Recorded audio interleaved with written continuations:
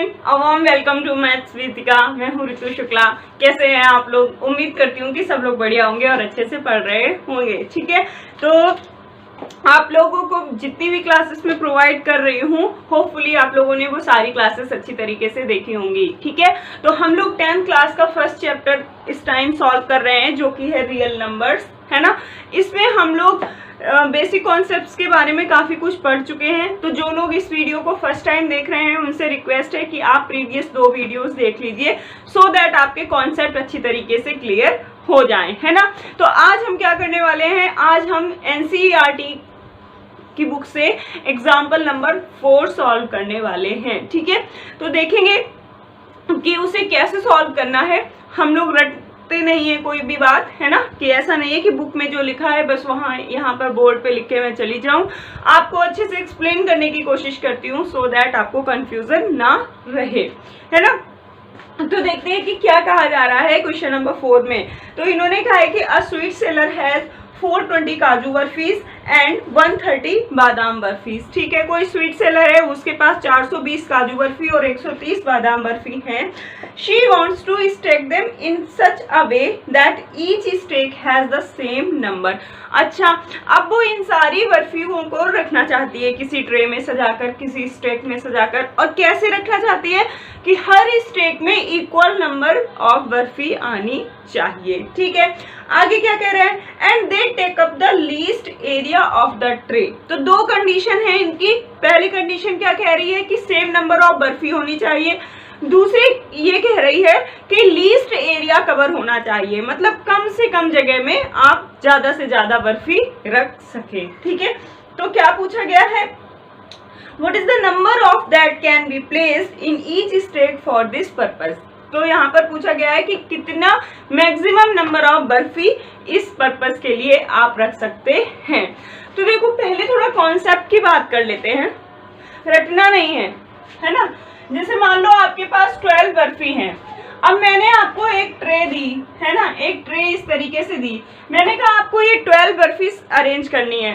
तो आप क्या, और आपसे ये कहा कि सेम नंबर, हर लाइन में सेम नंबर ऑफ बर्फी होने चाहिए। तो आप इसको कैसे अरेंज कर सकेंगे। जैसे मान लो 1 लाइन, 2 लाइन, 3 लाइन, 4 लाइन। अगर आपने 4 लाइन में अरेंज करनी चाहिए तो हर लाइन में कितनी बर्फी रखेंगे, 3 बर्फी। अगर आपने 4 लाइन में ये अरेंज करी तो कितनी बर्फी रखी है आपने, 1 लाइन में 3 बर्फी। तो यहाँ पर क्या हुआ, नंबर ऑफ लाइंस क्या हो गई, नंबर ऑफ लाइंस हो गई 4, 1 2 3 4, नंबर ऑफ लाइंस हो गई 4। और जब आपने 1 लाइन में 3 बर्फी रखी हैं तो आप इसको कैसे काउंट करेंगे, ये यहाँ पर x मान लिया। x क्या है, नंबर ऑफ बर्फीज, 1 लाइन में रखी हुई नंबर ऑफ बर्फी। तो 1 लाइन में आपने कितनी बर्फी रखी है, 3। तो x की वैल्यू क्या हो गई, 3। और नंबर ऑफ लाइंस क्या है, मान लो ये यहाँ पर y क्या है, नंबर ऑफ लाइंस, y क्या है, नंबर ऑफ लाइंस। तो कितनी नंबर ऑफ लाइंस है आपके पास, 4। कितनी लाइन है आपके पास, 4। तो टोटल कितनी बर्फी हो गई, टोटल बर्फी कितनी हो गई, 1 लाइन में रखी हुई बर्फी, 1 लाइन में कितनी बर्फी रखी है, 3। और टोटल आपके पास कितनी लाइन है, 4। तो कितनी बर्फी हो गई, 12 बर्फीज हो गई। ठीक है, होपफुली इतनी बात आपको अच्छी तरीके से समझ में आ गई होगी। अब अगर आपको इसे 3 लाइंस में अरेंज करना था तब क्या करेंगे, तब आप हर लाइन में 1-1 बर्फी और बढ़ा देंगे। ठीक है, तो यहाँ पर क्या होगा, यहाँ पर क्या होगा, यहाँ पर क्या होगा, यहाँ पर ये होगा कि नंबर ऑफ लाइंस क्या है, नंबर ऑफ लाइंस मान लीजिए y है, और y की वैल्यू यहाँ आपको पता है कितनी लाइन है, 1 2 3, कितनी है, 3, है ना। और 1 लाइन में कितनी बर्फी रखी हुई है, number of barfi kept in 1 line. तो 1 लाइन में कितनी रखी हुई है, 1 2 3 4, कितनी रखी है, 4।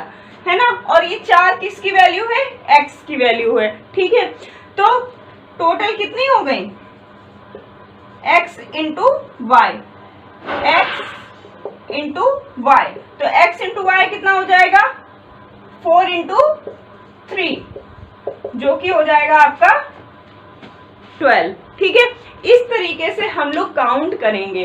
तो अभी क्या था, अभी मैंने आपको एक नंबर दे दिया 12, लेकिन ये जो हमारा क्वेश्चन है इसमें एक बड़ा नंबर है 420 एंड 130, तो उसको हम अरेंज नहीं कर पाएंगे यहाँ पर, और हमें ये भी नहीं पता कि हमें कितनी लाइन में रखना है। यहाँ पर तो मैंने 2 केस ऐसे ही रैंडम बना के दिखा दिए कि अगर 3 लाइन में रखेंगे तो कैसे बनेगा और 4 लाइन में रखेंगे तो कैसे बनेगा।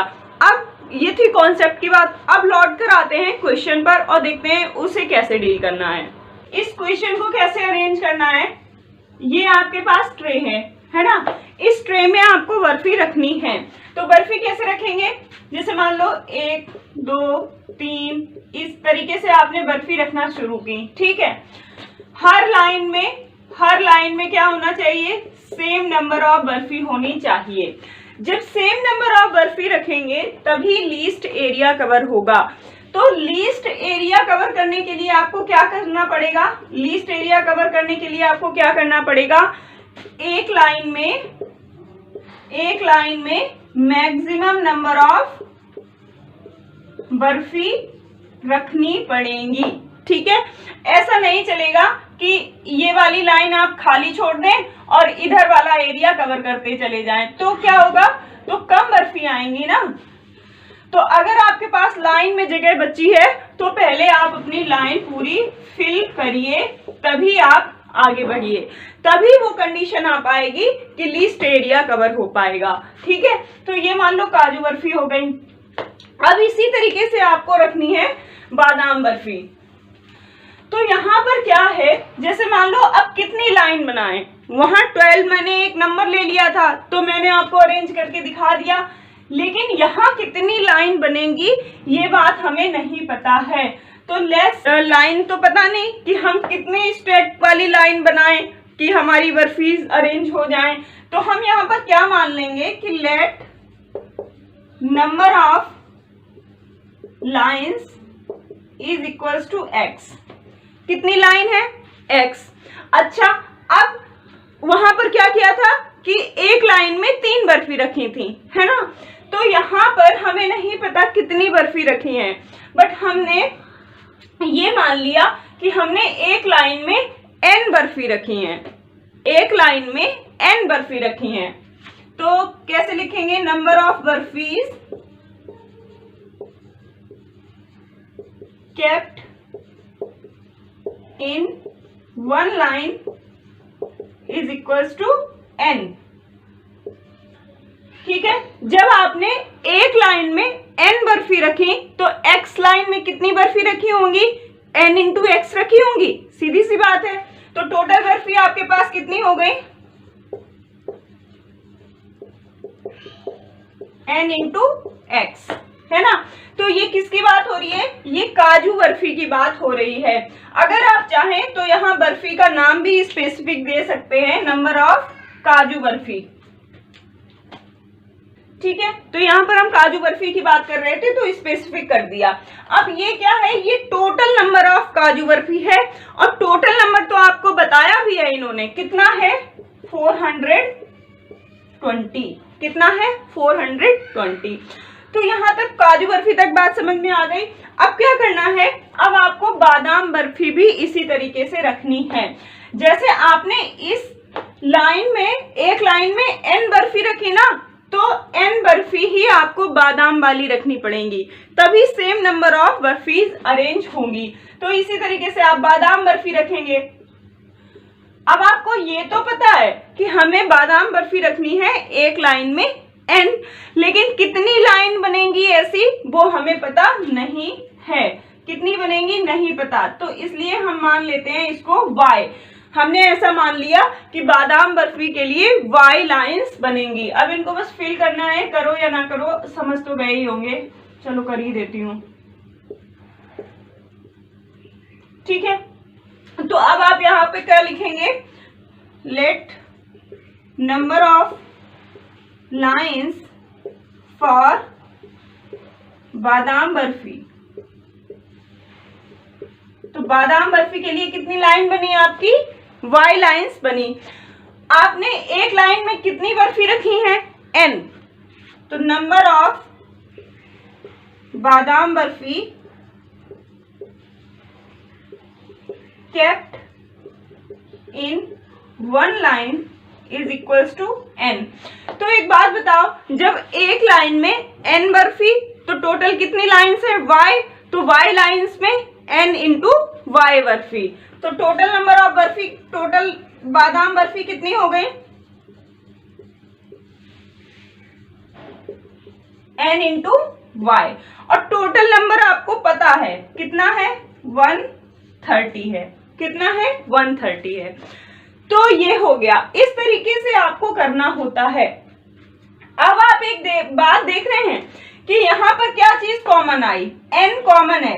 n x बराबर 420 और n y बराबर 130। तो n क्या है, n एक फैक्टर है किसका, 420 का भी और 130 का भी, है ना। तो कॉमन फैक्टर हो गया। अब ठीक है कि हमें इतना तो पता चल गया कि n दोनों में कॉमन है, तो ये दोनों का कॉमन फैक्टर है। अब ये हाईएस्ट फैक्टर है या लीस्ट है, ये कैसे पता करेंगे। तो मैंने आपको क्या बताया था, n क्या है, n एक लाइन में रखी हुई मैक्सिमम नंबर ऑफ बर्फीज हैं। एक लाइन में रखी हुई मैक्सिमम नंबर ऑफ बर्फीज हैं। तो जब ये मैक्सिमम है दैट मीन्स हाईएस्ट है, मैक्सिमम है दैट मीन्स हाईएस्ट है। तो अब क्या करना है, n क्या हो गया, n 420 और 130 का हाईएस्ट कॉमन फैक्टर हो गया। तो अब आप समझ गए कि n की वैल्यू कैसे निकलेगी, n की वैल्यू तब निकलेगी जब हम 420 और 130 का HCF डिटरमाइन करेंगे। ठीक है, तो इतनी सारी बातें आपने लिख ली होंगी। अब मेरे पास इसके नीचे लिखने के लिए स्पेस नहीं है, तो मैं आपको क्या करना है, सबसे पहले ये लिखना है, फिर इसके बाद में अब वो लिखना होगा जो अब मैं यहाँ पर लिखूंगी। ठीक है, क्योंकि मेरे पास स्पेस नहीं है इसलिए मुझे ये रब करना पड़ रहा है। तो फर्स्ट यहां से शुरू करेंगे और जहां मैं आंसर खत्म करूंगी आप वहां पर ही आंसर खत्म करेंगे। वो सारे स्टेप लिखने के बाद उसी के नीचे आप ये लिखेंगे। मेरे पास स्पेस नहीं था इसलिए मुझे ये रब करना पड़ा। तो nx बराबर 420, ny बराबर 130 और n क्या है, n 420 और 130 का हाईएस्ट कॉमन फैक्टर है। इतनी बात हम पहले समझ चुके थे। अब हमें क्या करना पड़ेगा, n की वैल्यू फाइंड आउट करने के लिए हमें HCF ऑफ 420 एंड 130 काउंट करना पड़ेगा। तो HCF कैसे काउंट करते हैं, बड़ा वाला नंबर डिविडेंड बन जाता है, बड़ा वाला नंबर डिविडेंड बनता है, छोटा नंबर डिवाइजर बनता है। छोटा नंबर क्या बन जाता है, डिवाइजर। अब 130 से 420 आप डिवाइड करेंगे तो कितने टाइम्स डिवाइड होगा, 3 टाइम्स। कितना बचा यहाँ पर बचा 30। फिर जो रिमाइंडर आता है वो डिवाइजर बन जाता है और जो पहले वाला डिवाइजर होता है वो डिविडेंड बन जाता है। तो अब ये कितने टाइम्स डिवाइड होगा, 4 टाइम्स। तो क्या मिलेगा, 10। तो अगेन ये 10 डिवाइजर बन जाएगा और जो 30 आपका डिवाइजर था वो अब डिविडेंड बन जाएगा। तो 10 3 जा 30। अब 10 ने यहाँ पर ये कंप्लीटली डिवाइड कर दिया। तो जो नंबर लास्ट में कंप्लीटली डिवाइड कर देता है वही नंबर क्या बन जाता है, वही नंबर HCF बन जाता है। तो इसका HCF कितना आया, इसका HCF 10 आया। अच्छा, अब आपको ये तो इस तरीके से नहीं करना होगा, ये तो मैंने करके दिखाया। आपको क्या करना है, साइड में इसको करिएगा और कॉपी में आप इसे यूक्लिड डिवीजन लेमा के थ्रू लिखेंगे। तो क्या करता है यूक्लिड डिवीजन लेमा, क्या कहता है कि dividend is equals to divisor into quotient plus r. यही कहता है ना, dividend is equals to divisor into quotient plus r. तो डिविडेंड क्या है, सबसे पहले 420, ये आपको फेयर वर्क करना है, इसको आप साइड में रफ कर लीजिएगा जिससे कि आपको याद रहे कि कैसे कैसे आया था। तो पहला डिविडेंड क्या है 420, डिवाइजर क्या था 130, कितने टाइम डिवाइड हुआ 3 टाइम्स, और रिमाइंडर क्या बचा 30। ठीक है, फिर तो यूक्लिड डिवीजन लेमा के थ्रू इसको ऐसे ही लिखेंगे ना, तो 420 is equals to 133 into 3 plus 30।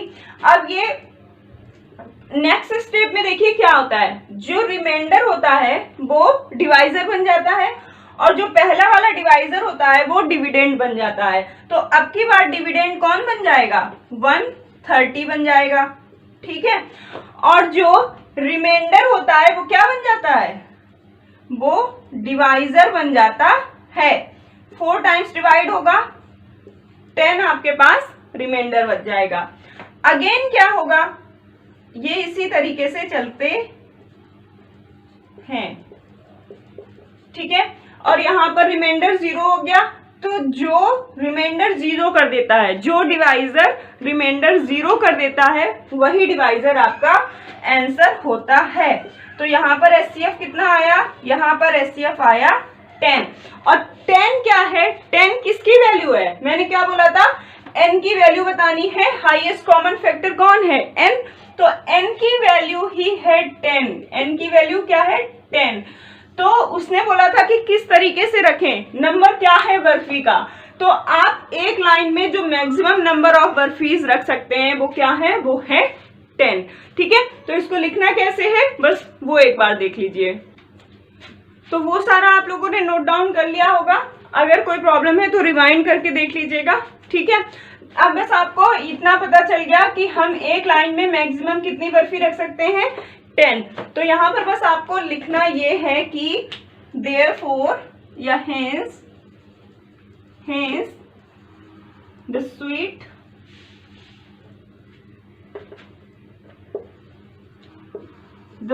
seller can make stacks of 10 for both kind of